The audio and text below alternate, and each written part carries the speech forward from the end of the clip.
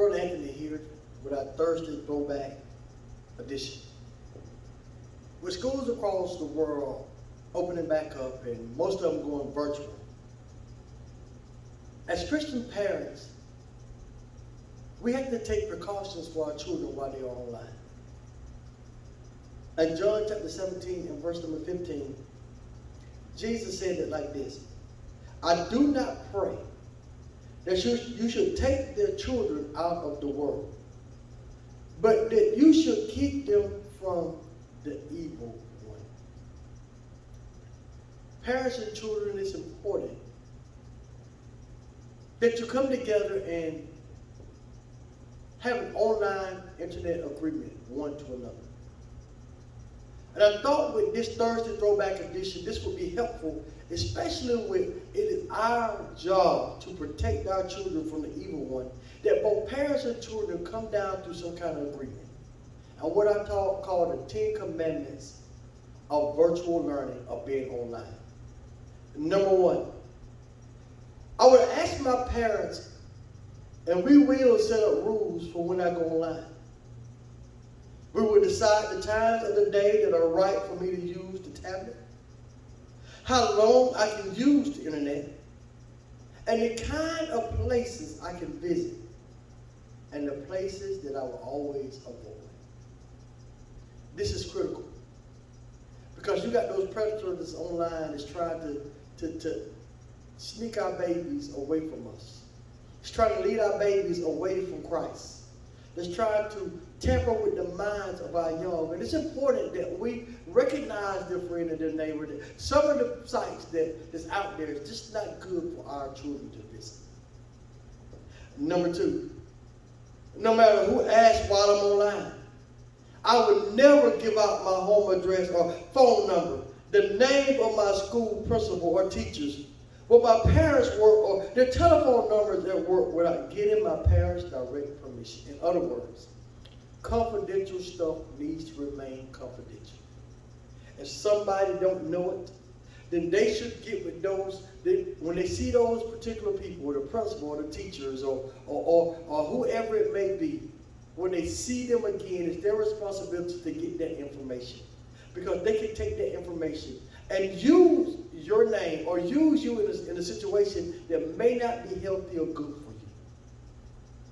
Number three, if anyone online does anything strange or writes anything that makes me feel confused or uncomfortable, I would tell my parents right away. You know, with the abduction rate going up, you know, you got older teenage girls being abducted. Right now, we still have quite a few missing from the Columbus, Phoenix City area, where these young girls have met somebody online and then they're stuck away from home, and then they got abducted, and now they're human sex trafficking and things like that. We need to protect our children, and our children need to understand that there's just some stuff that's not permissible. Number four, I would never send anyone anything, especially a picture of me, my friends, or my family, without getting the direct permission first. And that's important, because a lot of people don't want their picture. They don't want their children's picture. They don't want anything pertaining to them online. They can be a target for some kind of criminal activity. They can be used, or a picture can be downloaded and photographed and transferred to a fake driver's license or whatever. They just want their confidential information to remain confidential. I would never meet anyone I've talked to online without talking with my parents. That is so true. That's the easiest way to find your target, to find your victim, is to lead them to a secluded area because you met online and thought it was going to be a safe place. Over in Opelika, Alabama, we read where some guy was trying to sell some car tires. And they made this connection online, and they met in person and find out that the person wanted to kill him anyway. Had been looking for him, had been hunting him down. And it's our responsibility to safeguard our children. Number 6, I would never give out my online passwords to anyone, not even to my friends. No matter how official the request looks, I understand that this is just a way to trick me into giving out my password. Keep your security secure. Keep your information to yourself.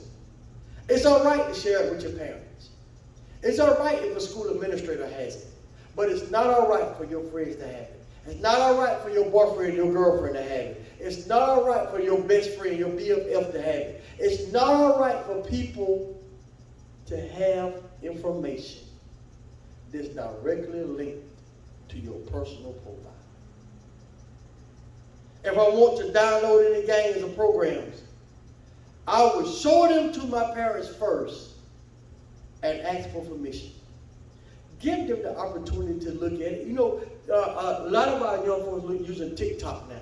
And TikTok, you know, I know you want to say that TikTok is just a media app, a social media app, but if you pay attention to TikTok, TikTok can take your minds into places it has no business going. Okay? You see the little boys and little girls on there gyrating and basically sex dancing. And that app for a little one, it's not okay. Number 8, if I receive any messages or pictures that are mean or dirty, I realize that this is not my fault. I agree to tell my parents right away so they can notify our internet service provider and stop it. Do not, absolutely under no circumstance, be okay with receiving nude and naked photos from somebody else. Maybe your boyfriend today, it could be your enemy tomorrow.